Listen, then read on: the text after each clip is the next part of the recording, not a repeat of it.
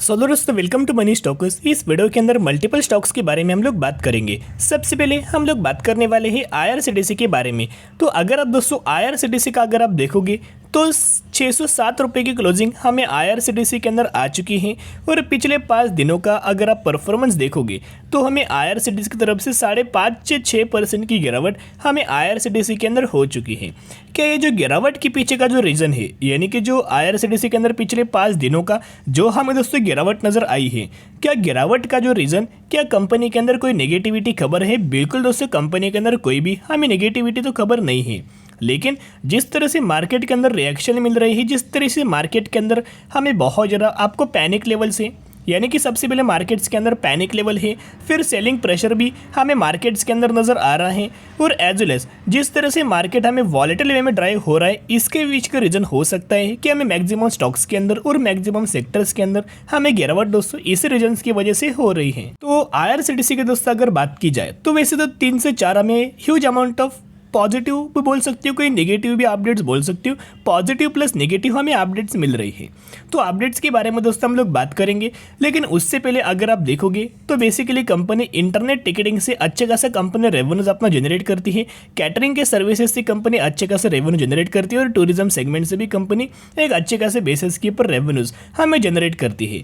तो जिसकी वजह से अगर स्लाइटली दोस्तों कंपनी अपना कैटरिंग का जो सर्विसेज है वो अच्छा अगर प्रोवाइड करे, फूड की अगर क्वालिटी इंप्रूव करे, तो ह्यूज अमाउंट ऑफ हमें कंपनी के रेवेन्यूज के अंदर भी और नेट प्रॉफिट्स के अंदर भी हमें जंप आपको नजर आ सकती है।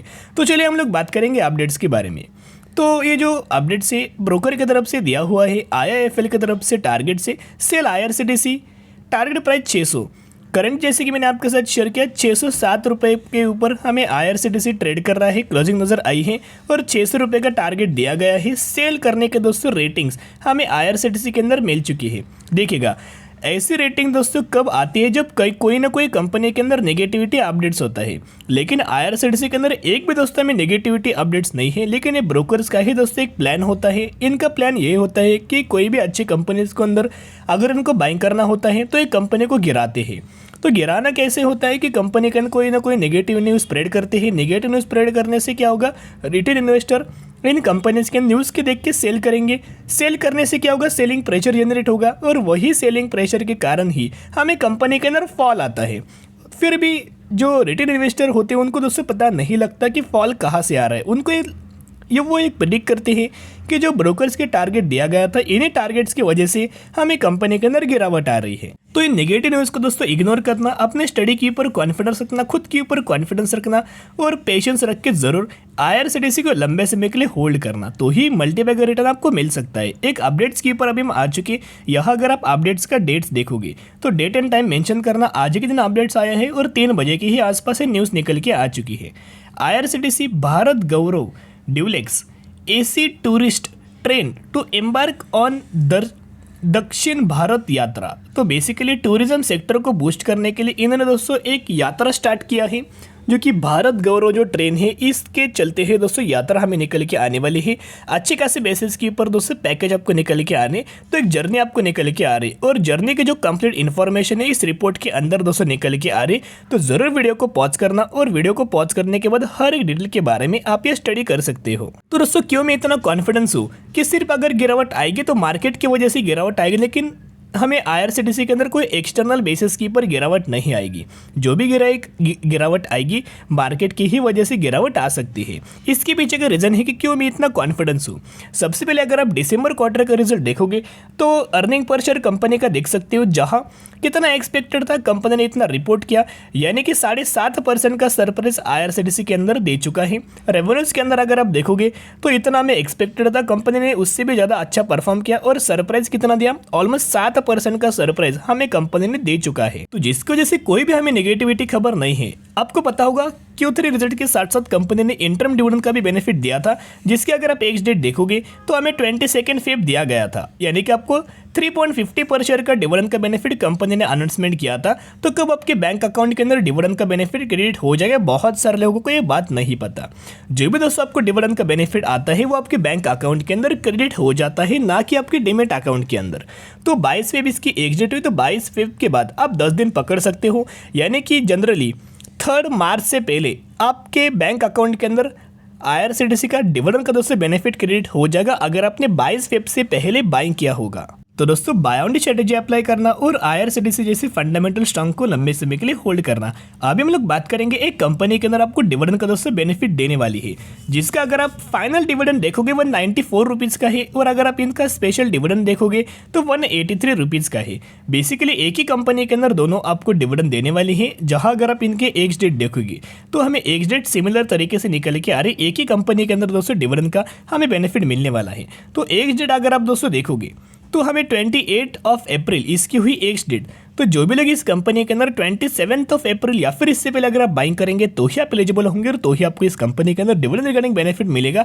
तो कुल मिलाकर टोटल आपको 377 पर शेयर का डिविडेंड का बेनिफिट मिलने वाला है। तो बेसिकली हम लोग कौन सी कंपनी के बारे में बात करें, फार्मास्यूटिकल सेक्टर से कंपनी बिलोंग करती है, मार्केट कैप भी 13,000 करोड़ का है। तो ये कंपनी मिड कैप कैटेगरी से 5,570 रुपये के ऊपर ट्रेड कर रही, मैक्सिमम के अंदर 1250% का रिटर्न शेयर होल्डर्स को बना के दे चुकी है। और हम लोग बात करें सनोफी इंडिया लिमिटेड के बारे में, यही कंपनी फार्मास्यूटिकल सेक्टर से बिलोंग करती है। इसके अगर आप पैरामीटर्स देखोगे तो ठीक ठाक तरीके से पैरामीटर्स है, जहां आप इनके ROC देखोगे 41% है, ROE अगर आप देखोगे तो 30% है, यानी कि डिसेंट तरीके से दोनों रेशियोज हम इस कंपनी के अंदर नजर आ रही है। लेकिन अगर आप इस कंपनी का अगर आप परफॉर्मेंस देखोगे तो जनरली इन कंपनी का जो पैरामीटर्स है हमें 2 से 3 क्वार्टर से हमें डाउनफॉल नजर आ रही।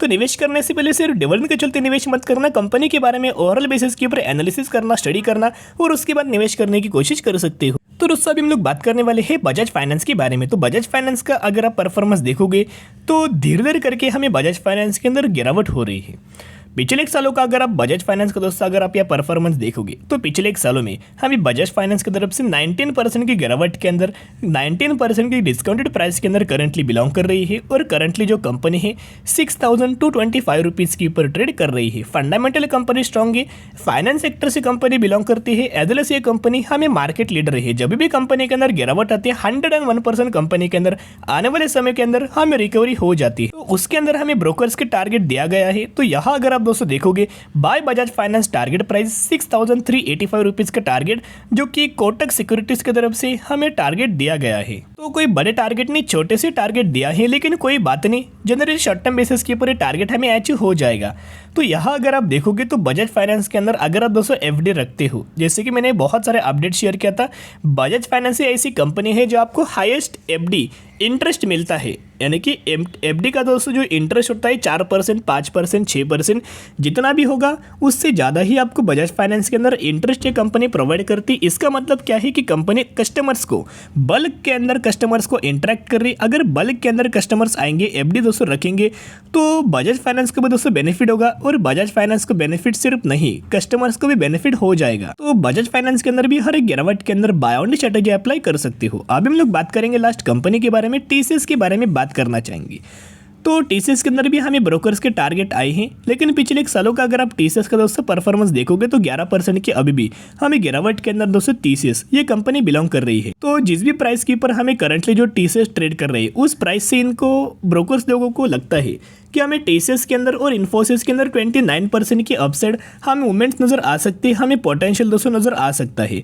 तो जिसकी वजह से कोई स्पेसिफिक ऐसे लेवल्स, ऐसे टारगेट मेंशन नहीं किया, लेकिन आप यहाँ प्रेडिक्ट कर सकते हो कि करंट प्राइस के हिसाब से अगर आप देखोगे तो ब्रोकर्स का मानना है कि 29% की तेजी निकल के आ सकती है, यानी कि अपसाइड हमें पोटेंशियल आ सकता है। तो अगर आप बाइंग करना चाहते हो TCS के अंदर भी buy on the strategy apply करना और उसके बाद फ्यूचर के हिसाब से निवेश करके चल सकते हो। आज के लिए इतने, अगर वीडियो पसंद है जरूर वीडियो को लाइक, शेयर एंड सब्सक्राइब कर सकते हो। फिर मिलेंगे, बाय।